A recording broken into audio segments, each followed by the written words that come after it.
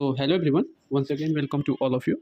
Today, we are going to talk about a beautiful topic, and that is the pneumonia. So, in this topic, we firstly will talk about the definition of the pneumonia, and after that, we'll talk about the types, and after that, causes and the signs and symptoms, and at last, we'll talk about the management. So, firstly, we are going to talk about what is the meaning of pneumonia. So, firstly, हमें pneumonia का definition देखना होगा.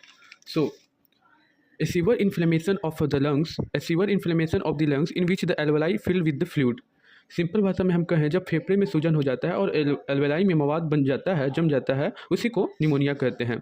और जब ये हो जाता है जिससे हमें सांस लेने में दिक्कत होती है. हम जानते हैं हमारे जो फेफड़े होते हैं उसमें कुछ बैक्टीरिया और कुछ इन्फेक्शन के कारण उसमें कभी सूजन हो जाता है, इन्फ्लामेशन हो जाता है, जिसकी वजह से उसमें मवाद जम जाता है, जिसकी वजह से हमें सांस लेने में दिक्कत होती है, उसी को निमोनिया कहते हैं. Now I'm going to talk about the types of the pneumonia, like how many types of the pneumonia. So generally there are 4 types of the pneumonia. The first one is the bacterial pneumonia, and second one is the typical pneumonia, and third one is the opportunistic pneumonia, and the fourth one is the cavity pneumonia. So bacterial pneumonia जो bacteria के कारण होता है. और so now I'm going to talk about the causes of the pneumonia. Why the pneumonia happen to any person? So there are multiple reasons and the causes of the pneumonia, like due to the bacteria, like due to the viruses, like जब हमारे bacteria और viruses के कारण भी pneumonia हो जाता है. Fungal infection is also one of the reason. And the third one is like inhalation of toxic और केमिकल स्मोक, डस्ट और गैसेस. जब हम अपने सांस के अंदर कोई केमिकल या कोई टॉक्सिक पदार्थ अंदर जाता है, जैसे डस्ट हो, जो डेंजरस पदार्थ होता है, जो खतरनाक पदार्थ होता है, हमारे बॉडी के अंदर जाता है, जिसकी वजह से फेफड़ों में इन्फ्लामेशन हो सकती है.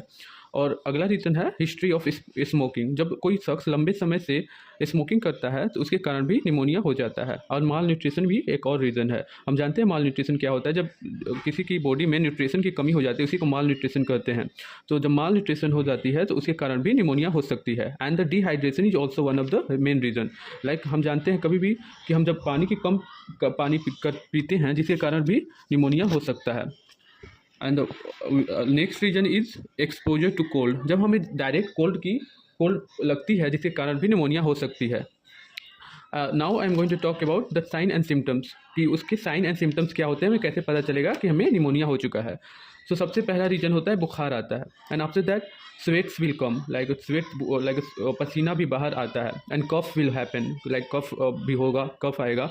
And the chest pain also happen, like you will face the chest pain as well. And the headache होगा, सर में दर्द होगा. फैटिक भी होगा, जैसे कि बहुत कमज़ोरपना महसूस होगा. और ये सब साइन और सिम्टम्स होते हैं निमोनिया पेशेंट के.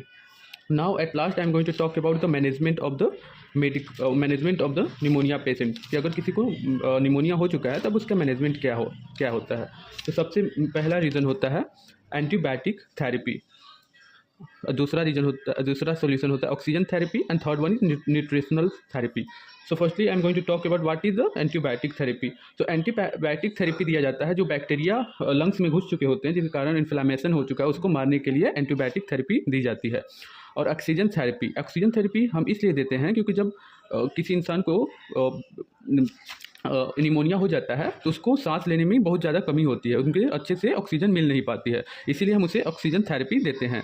And third one is the nutritional therapy, nutritional support. हम ऑल्सो उनको न्यूट्रिशन कभी होता है, न्यूट्रिशन की कमी के कारण भी हो जाता है, उसी वजह से हमें न्यूट्रिशनल सपोर्ट भी उन्हें दी जाती है. Now I am going to talk about the nursing management. So क्या नर्स का मैनेजमेंट, क्या नर्स को करना चाहिए, वो हम जा रहे हैं बात करने. तो पहले जो भी निमोनिया के पेशेंट है उन्हें सबसे पहले प्रोवाइड एडिक्वेट बेड रेस्ट, उन्हें सबसे पहले आराम देनी चाहिए, सबसे पहले बेड रेस्ट की सलाह देनी चाहिए. और प्रोवाइड सेमी फ्लावर पोजीशन, और उन्हें सेमी फ्लावर पोजीशन में करना चाहिए. एंड प्रोवाइड काम एंड क्वाइट एटमोसफियर, और उनके जो पेशेंट है निमोनिया के, उनके यहाँ काम एंड क्वाइट, बहुत शांत वातावरण बनाना चाहिए. और प्रोवाइड चेस्ट फिजियोथेरेपी, और चेस्ट फिजियोथेरेपी भी करनी चाहिए. प्रोवाइड प्रोटीन रिच डाइट, और बहुत ज़्यादा प्रोटीन डाइट भी उन्हें देनी चाहिए. So that's all. Thank you.